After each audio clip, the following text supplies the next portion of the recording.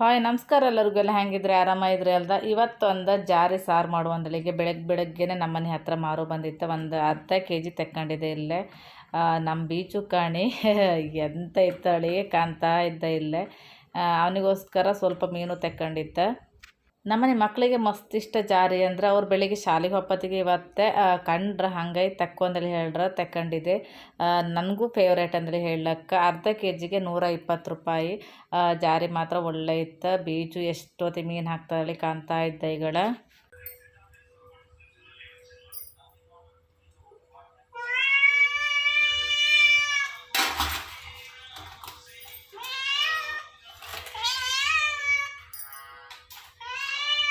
ಎಂತದ ಎಂತದ ಎಂತದ ಮೊದಲಿದನ್ನೀಗಳ ಕ್ಲೀನ್ ಮಾಡುವ. ಫಸ್ಟಿಗೆ ಕ್ಲೀನ್ ಮಾಡ್ಕಿದ್ರೆ ಮೊದಲೇ ಚಂದ ಮಾಡಿ ತೊಳ್ಕಣಕ್ಕೆ. ಇದರಲ್ಲೇ ಹೊಂಗಿ ಎಲ್ಲ ಇರುತ್ತೆ, ಹಂಗೆ ಫಸ್ಟಿಗೆ ತೊಳ್ಕೊಂಡು ಈಗಡ ಕ್ಲೀನ್ ಮಾಡ್ತಾ ಇದ್ದೆ. ಒಳ್ಳೆ ಇತ್ತು ಮಾತ್ರ ಜಾರಿ, ಸ್ವಲ್ಪ ಜೀವ ಇತ್ತು ಇದಕ್ಕೆ. ಇಲ್ಲಿ ಕಣಿ ಈಗಳ ಕ್ಲೀನ್ ಮಾಡಿ ಇಟ್ಕೊಂಡಿದ್ದೆ. ಈಗ ಈ ಜಾರಿ ಸಾರು ಮಾಡೋಕ್ಕೆ ಮಸಾಲೆ ರೆಡಿ ಮಾಡ್ಕೊಂಬ. ನಾನೆಲ್ಲ ಒಂದು 10 ರಿಂದ 12 ಒಣಮೆಣಸು ಹಾಕ್ತಿದ್ದೆ. ನಿಮಗೆ ಖಾರ ಎಷ್ಟು ಬೇಕು ಕಂಡು ಹಾಯ್ಕಣಿ. ಹಾಗೆ ಸ್ವಲ್ಪ ಕಾಳುಮೆಣಸು ಹಾಕ್ತಿದ್ದೆ. ಕಾಳುಮೆಣಸು ಹಾಕ್ರೆ ರುಚಿನೂ ಒಳ್ಳೆತ್ತ, ಹಾಗೆ ಹೆಲ್ತಿಗೂ ಒಳ್ಳೇದು. ಹಾಗೆ ಸ್ವಲ್ಪ ಕೊತ್ತಂಬರಿ ಬೀಜ. ನೆಕ್ಸ್ಟ್ ಇದಕ್ಕೆ ಒಂದು 7 ರಿಂದ 8 ಬೆಳ್ಳುಳ್ಳಿ ಎಸ್ಲು, ಹಾಗೆ ಸ್ವಲ್ಪ ಕಾಯಿ ತುರಿ, ಮತ್ತು ಲಾಸ್ಟಿಗೆ ಸಣ್ಣ ಹುಣಸೆಹಣ್ಣು ಹಾಕ್ತಿದ್ದೆ. ಹುಣಸೆಹಣ್ಣು ಜಾಸ್ತಿ ಹಾಕೋದಿಲ್ಲ ಎಂತಕ್ಕಂದ್ರೆ ನಾನು ಟೊಮೆಟೊನೂ ಹಾಕ್ತಿದ್ದೆ. ಹಾಗಾಗಿ ಮಸಾಲೆ ಅರಕ್ಕೆ ನಾನು ಗ್ರೈಂಡರಿಗೆ ಹಾಕಿದೆ. ಗ್ರೈಂಡರಿಗೆ ಹಾಕಿದ್ರೆ ಒಳ್ಳೆ ಆಗ್ತ. ನೀವು ಬೇಕಿದ್ರೆ ಮಿಕ್ಸಿ ಜಾರ್ನಲ್ಲೂ ಗ್ರೈಂಡ್ ಮಾಡ್ಲಕ್ಕೆ. ಹಾಗೆ ನಾನೆಲ್ಲ ಸ್ವಲ್ಪ ಕೊಕೊನಟ್ ಆಯಿಲ್ ಹಾಕ್ಕೊಂಡಿದ್ದೆ. ಹಾಗೆ 2 ಈರುಳ್ಳಿ ಹೆಚ್ಚಿ ಹಾಕ್ತಾಯಿದ್ದೆ. ಹಾಗೆ ಸಣ್ಣ ಚಕ್ಕಿ ಚೂರು ಹಾಕ್ತಾಯಿದ್ದೆ. ಸ್ಮೆಲ್ ಒಳ್ಳೆ ಇರುತ್ತೆ, ಟೇಸ್ಟು ಒಳ್ಳೆ ಇರುತ್ತೆ. ಹಾಗಾಗಿ ಇದನ್ನೀಗಳ ಸ್ವಲ್ಪ ಫ್ರೈ ಮಾಡ್ಕೊಂಬ.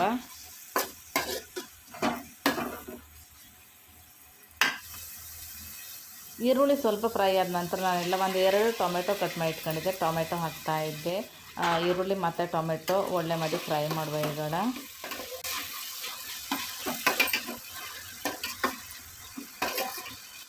ಇದಕ್ಕೆ ಒಂದು 1/4 ಟೀ ಸ್ಪೂನ್ ಅಪ್ಪಷ್ಟು ಅರಶಿನ ಪೌಡರ್ ಹಾಕುವ. ಹಾಗೆ ಸ್ವಲ್ಪ ಉಪ್ಪು ಹಾಕ್ತಿದ್ದೆ. ಉಪ್ಪು ಹಾಕೋದ್ರಿಂದ ಈರುಳ್ಳಿ ಮತ್ತು ಟೊಮೆಟೊ ಎಲ್ಲ ಬೇಗ ಸಾಫ್ಟ್ ಆಗ್ತಾ. ಹಾಗಾಗಿ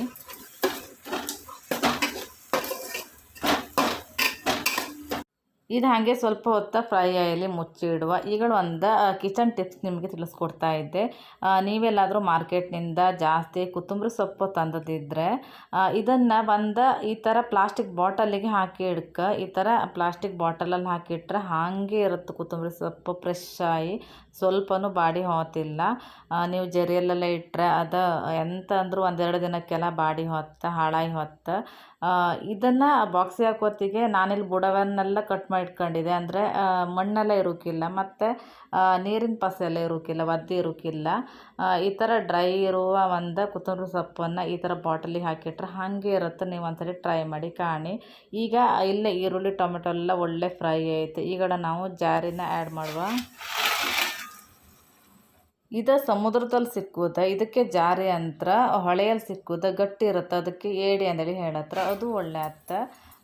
ಈಗಳ ನಿಮಗೆ ಜಾರಿ ಬೇಯಿಸೋಕ್ಕೆ ಸ್ವಲ್ಪ ನೀರು ಬೇಕಿದ್ರೆ ಹಾಯ್ಕೊಂಡು ಇದನ್ನು ಒಂದು 5 ನಿಮಿಷ ಇದನ್ನು ಬಿಸಿ ಮಾಡ್ಕೊಂಡು ಹಾಗೆ ನೆಕ್ಸ್ಟ್ ನಾವು ಗ್ರೈಂಡ್ ಮಾಡಿದಂಥ ಮಸಾಲೆ ಹಾಕ್ರೆ ಆಯ್ತು.